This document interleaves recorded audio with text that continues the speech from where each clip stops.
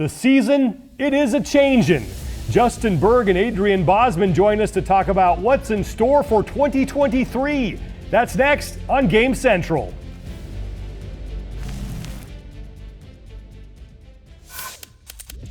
Hi everybody, and welcome to another edition of Game Central presented by GameDay Ready, an official partner of the Noble CrossFit Games. It is never too early to start talking about next season, and 2023 is going to look different than 2022. And for more on what is in store in the next game season, here's Adrian Bozman.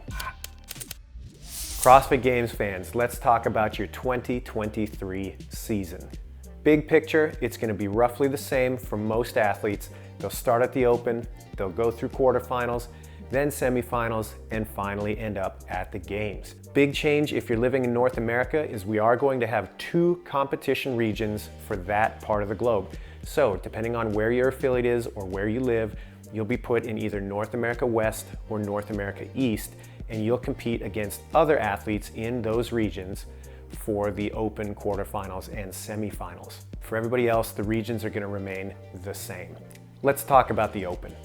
The Open is going to be 3 weeks long, just like last year. This is an awesome opportunity for everybody to compete against their peers, whether you're a new athlete or a seasoned vet. It's also a great opportunity for you to take stock of your training and see how far you've come over the course of the last season. Now, for the best, the Open represents a separator that allows you to get to the quarterfinals. So just like last year, the top 10% in the individual division are going to move on. The top 25% of teams are going to move on past the Open.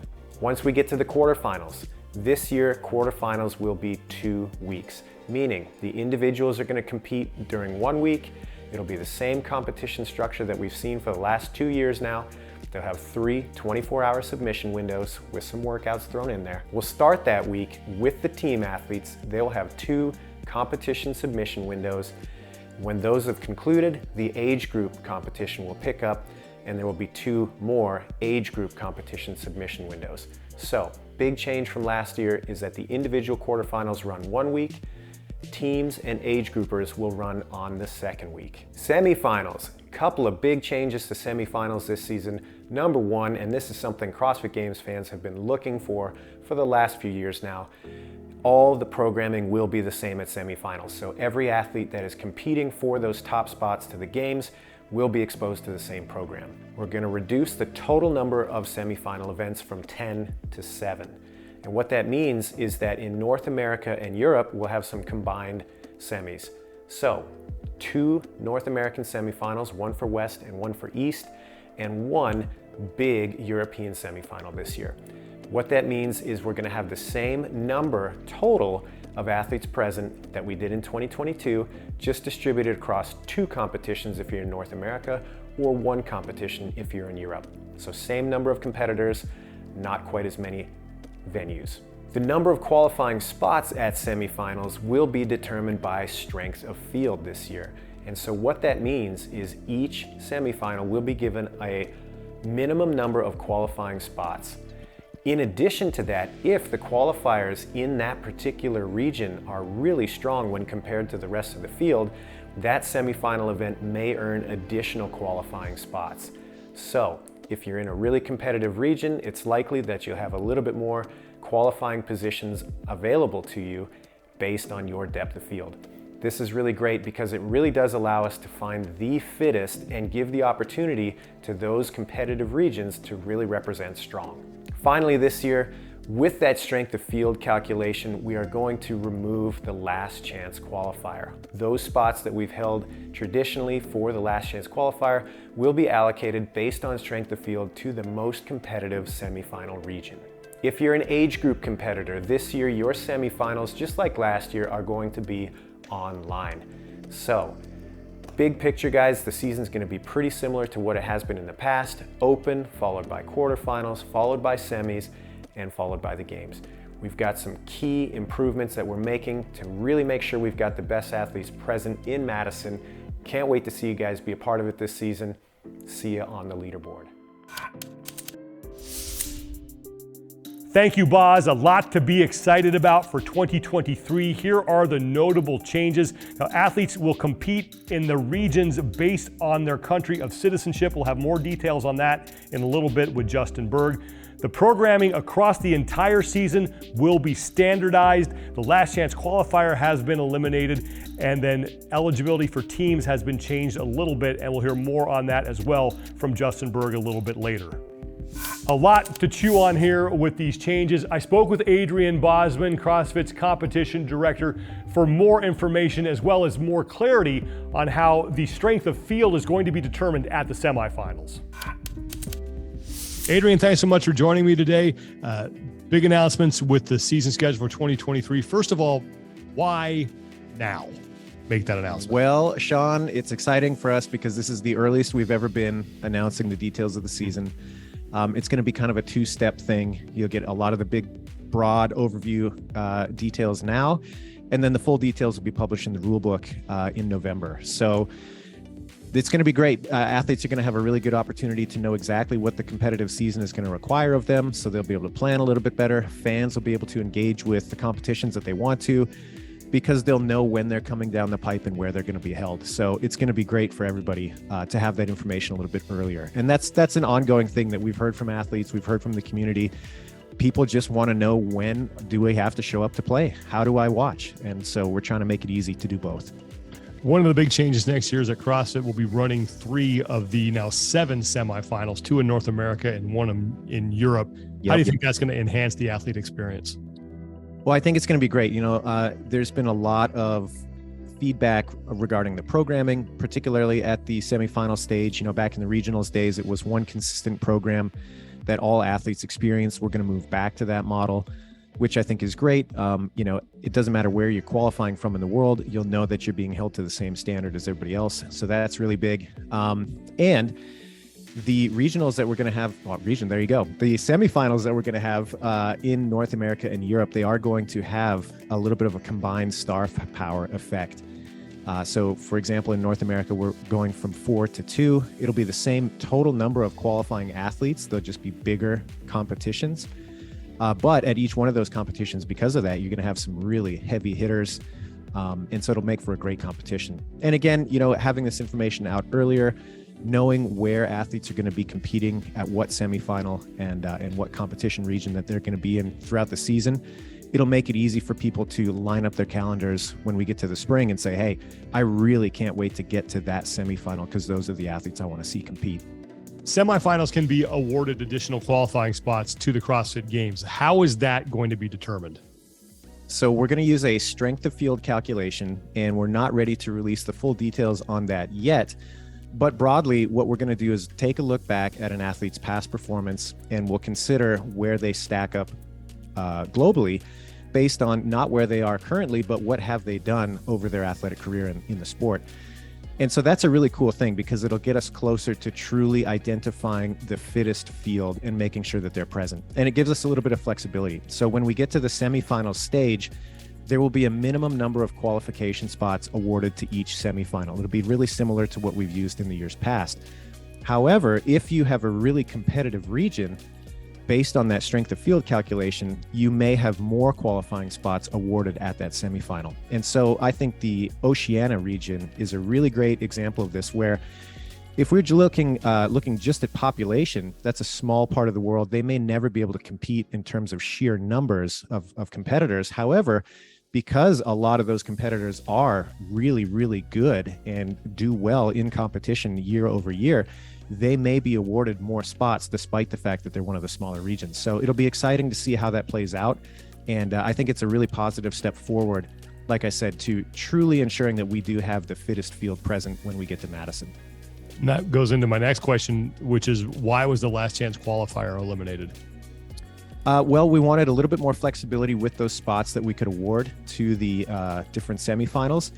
And again, you know, running this new idea of the strength of field, we wanted to see how that played out. And once we got a little bit further down the conversation around that, it became pretty clear that if we award those spots accordingly, it kind of negates the need for another Last-Chance Qualifier because the spots are allocated to those areas that have that strength of field. athletes are allowed to compete in multiple quarterfinals, but not multiple semifinals. Why was that decision made? Well, if you think it through, it's really just pragmatic at this point. So if you take a couple of different case studies here, you can see where it nets out pretty clearly. If I'm an athlete that's qualified as both an individual and a team competitor, this year, because of the way that the semifinals are structured, they're going to be at the same competition. So if I qualified on a team and as an individual, let's say in Europe, the one semifinal there would be my one opportunity to compete in both divisions. And that just seems unreasonable to expect an athlete to compete, in upwards of 12, 13 events across two divisions in a single competition. So based on that, we decided that it was probably not in the athlete's best interest to be pushed into a situation like that. And so the decision was made to say, hey, look, if you qualify on a team and an individual, that's fantastic. But when you get to that stage of competition, you're going to have to choose. And that's in line with what has happened in the past at that stage of competition as well. So just one of those decisions that'll have to be made. The caveat to that is that if you're on a team roster, and let's say you want to take your chances as an individual, and you don't qualify through the individual process, but your team in turn does, and you were on that team roster as an alternate, you can retain that alternate spot and then in turn show up at the games with that qualifying team. Boz, thanks so much for taking the time to do this. Really looking forward to seeing how this plays out in 2023 and looking forward to getting more details on everything. Yeah, my pleasure, Sean. And we're really excited to get this information out earlier to spectators and fans and, all the athletes alike. So hopefully you guys like the changes, and I can't wait to see what everybody's bringing to the table in the 23 season. Thanks a lot, Boz. Let's take a closer look at the semifinals and how they are affected by the changes for 2023.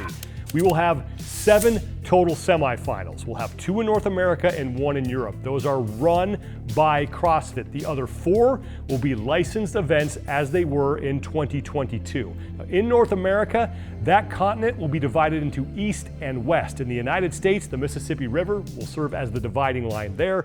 Up in Canada, it will be Ontario, and Mexico will be included in the Western region. I was able to speak with CrossFit's GM of Sport, Justin Bergh, about these changes, how they came about, and he gave us more details on what will happen if an athlete is having travel issues getting back to his or her home country.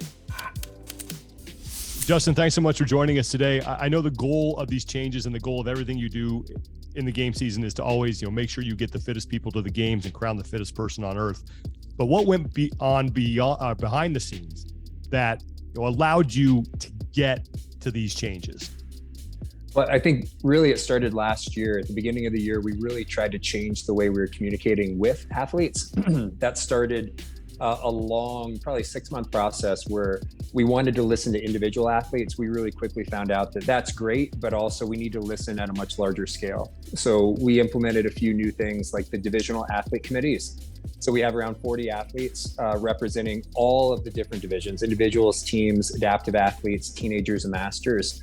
And then also started reaching out to agents, training camps as well, and making sure that we had a lot of different lines in as we were considering what changes were needed for the 2023 season.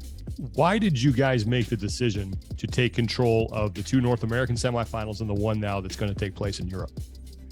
Well, I think based on what we saw this year, we had to respond to what's happening out there. I think 4 events in North America was too much. I think attendance was light, and we also ended up separating the top athletes. So even though there was excellent athletes at the top of each of those events, the concentration and sort of the star power was not where we wanted it to be. So by consolidating and doing 2 events in the United States and 1 event in Europe, you're going to have a really, really dense field of the top athletes, which is going to make it more exciting. The other is, candidly, these are difficult events for 4 different organizers in the US and 2 in Europe to run. So we felt like we needed to take a stronger leadership position here, both in consistency with programming and also going back to 2 of the largest markets with most of the top athletes in the world. We wanted to deliver a more consistent and kind of elevated competition experience at that semifinal stage. And so we've done these events previously. So we run over 100 regional events in a different format. These will be slightly larger fields, but we also look forward to making these awesome community events for a larger number of people to come watch as well. The team eligibility requirements have changed for 2023. How does that work? Well, for the team competition is really fun. And I think it's got some terrific athletes that are classing out of individual competition, and it provides fans and people around the world something really exciting. So we wanted to lean into that, but also still keep connections with the affiliates where these athletes are coming from. One of the challenges that we've had over time is that it's very difficult to create a bright line on when people become a member, and then the accountability and the policing on that becomes really difficult to enforce consistently. And consistency is the key thing that we were trying to add to this. So the situation this year will be simpler. All athletes have to do the workouts together at the same affiliate during the Open. They have to do the workouts together at quarterfinals and at every other stage that they advance to. But it'll make it a lot simpler for us to police throughout the year and create fewer negative experiences for teams where they find out that there's been an allegation, they have to prove logs in the middle of the year. And in some cases, athletes were literally getting on flights and then being notified that they couldn't take the competition floor once they landed. And so that's a terrible athlete experience, not something we want to reproduce in the future. And so that's why we made some of these changes.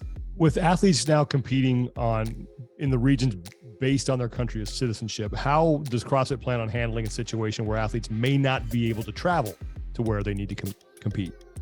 So we're maintaining citizenship as the core eligibility for these semifinals, but we're also adding something this year based on what we've heard, which is people that are long-term residents within that area will have a process where they can notify us ahead of time, and we can make a ruling on which semifinal they would be competing into before they begin the Open. So they can plan their entire season. They'll know the answer before they begin the Open. But also I think that was important because certain athletes, like Roman Krenikov is a great example, athletes that were traveling into the Asia region in particular, we do want to make sure that we're not forcing people to take extremely onerous travel or risky travel that would jeopardize either green card status or other future travel. So there will be a process where we take those into consideration and make the rulings before the season starts. Justin, thanks so much for taking the time to do this, and really looking forward to seeing how this plays out in 2023. Thanks, Sean. Definitely a lot to be excited about for next season, and it all kicks off on February 16th, 2023. Thank you so much for watching this edition of Game Central, presented by GameDay Ready, an official partner of the Noble CrossFit Games. Remember, Miles to Madison episode number 9 and 10 are out now on the CrossFit Games YouTube channel. Episode 11 comes out on October 13th. Episode 12, 1 week later on October 20th. Thanks so much for watching, everybody. I'm Sean Woodland, and we'll talk to you next time.